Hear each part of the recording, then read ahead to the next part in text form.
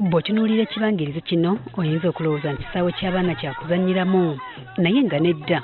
Zino zibadde ennimiro z'abatuuze ku kyalo Mawembe mu ggombolola y'e Kagumba mu disitulikiti y'e Kamuli omubadde ebirime eby'enjawulo ng'okweruka bwe kiti. Omusajja agambibwa okuba nga kamisona wa poliisi e Kamuli Timothy Halango yamaze kuleeta tractor n'asenda emmere y'abatuuze bano n'ekigendererwa eky'okubagoba ku ttaka. Aye tulumbibwa Kagumba saabu kawunti omugayiga omunene Kalangwa namba tugwe bali kwetaalango. Tulina abulumi gavumenti etuyambe ku lw'obulumi bwatutuusaku. Okusinziira ku batuuze, ettaka lino lya mugenzi Philip Oboy era nnamwandu we Robina Nakitende akitegeeza nga bba bwe yamuwasa n'okutuusa okufa nga babeera ku ttaka lino, wabula ng'aliko ebitundu bye yatundako kyokka nga wakkayanirwa tewatundwanga. Bwe yandeka sivwangawo gadde abaana n'abazzukulu mbalina era tatundangako muggo gwa kisenyi nti atunda yatundako eno ku mutala emirundi ezo zemmanyi zokka. Balumiriza nti Oboy nga tannafa yali w'amaka abiri era nga buli mukyala yali ku ttaka lye. Mbu kyokka oluvannyuma lwa nnyinimu okufa famire emu n'etunda ettaka lya famire endala nga kati zino zenkayana mwe bali. Kyewuunyisa nti famire ey'esaidi ere yedde yatunda ettaka lya famire eno oba eraga nti yatunda aye nga tukiraga nti kulunyukulunya okusinziira ku ndagaano eziriwo. Abakulembeze bo bagamba nti baafuna omukisa okutunula ku biwandiiko bya Halango byalumiriza nti byagulirako ettaka lino kyokka nga byonna tebikwatagana. Twalingira n'endagaano eyali yakolebwa twagikubamu ebituli bingi.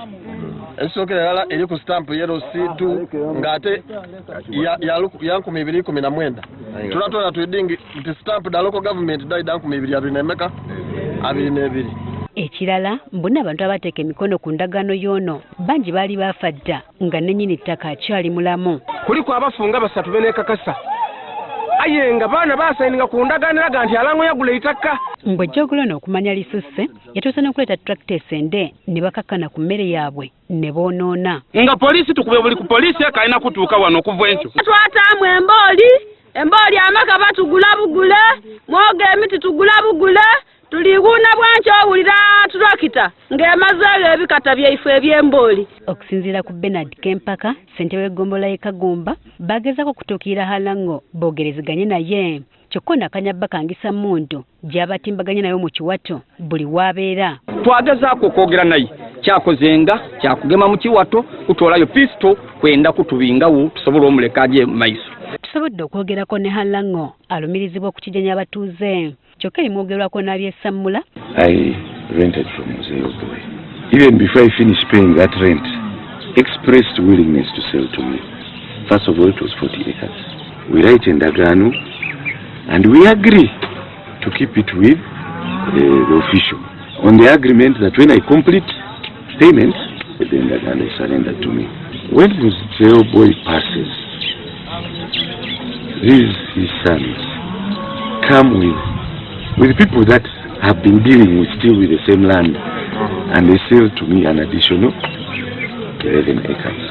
Eryo ng'olivuddeko mbu Oboy bwe yafa abooluganda lwe basaba Halango awawe ssente ez'okukola ku by'okuziika nga mu zino era baali bakumuwaamu ttaka. And they promise they are going to give me land, add me land in return.